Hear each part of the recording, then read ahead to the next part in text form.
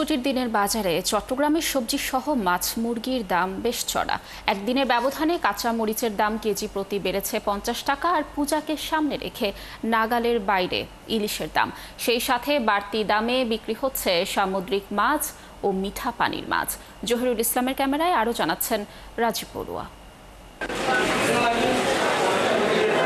চট্টগ্রামের বাজারে বেড়েছে কাঁচামরিচের ঝাঁঝ। পাইকারিতে কেজি প্রতি 50 টাকা বেড়ে শুক্রবার বিক্রি হচ্ছে 200 টাকা দরে। এছাড়া বাড়তি রয়েছে সবজির দাম। ফুলকপি 250 থেকে 300 টাকা, শিম 240 টাকা, বেগুন 140 ও কাঁকরোল 100 টাকায় বিক্রি হচ্ছে। কেজি প্রতি 50 টাকা বাড়ি গেছে। কালকে দেশি মরিচ ছিল 190 টাকা, আজকে আসেনি, সেজন্য আর এটার উপর চাপটা পড়ছে।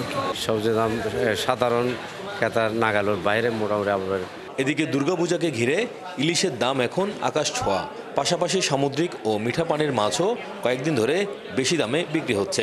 যারা বড় উচ্চবিত্ত তাদের তো কোনো চাপ পড়তেছে না, যারা আমরা মধ্যবিত্ত যারা আমরা বাজার করতে আসি তাদের একটু হিমহিম খেতে হয়।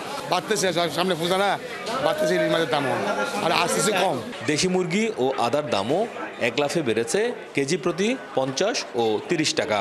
630 টাকা কেজিতে মুরগি আর আদা বিক্রি হচ্ছে 160 টাকায়, আর ডিম বিক্রি হচ্ছে 135 টাকা ডজন। বড়লা সোনার এটা মোটামুটি ঠিক আছে, গত সপ্তাহে এই সপ্তাহে বাড়ে নাই। দেশি মুরগিটা গত সপ্তাহে এই সপ্তাহে 1 কেজিতে 50 টাকা বাড়ি গেছে।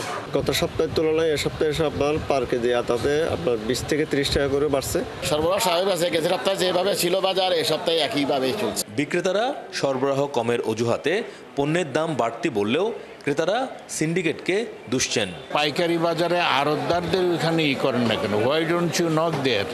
ওখানেই করেন কেন? এরকম হচ্ছে কি কারণ? কারণ কোনো ঝড় বৃষ্টি বাদল আজকে এক সপ্তাহের মধ্যে নেই।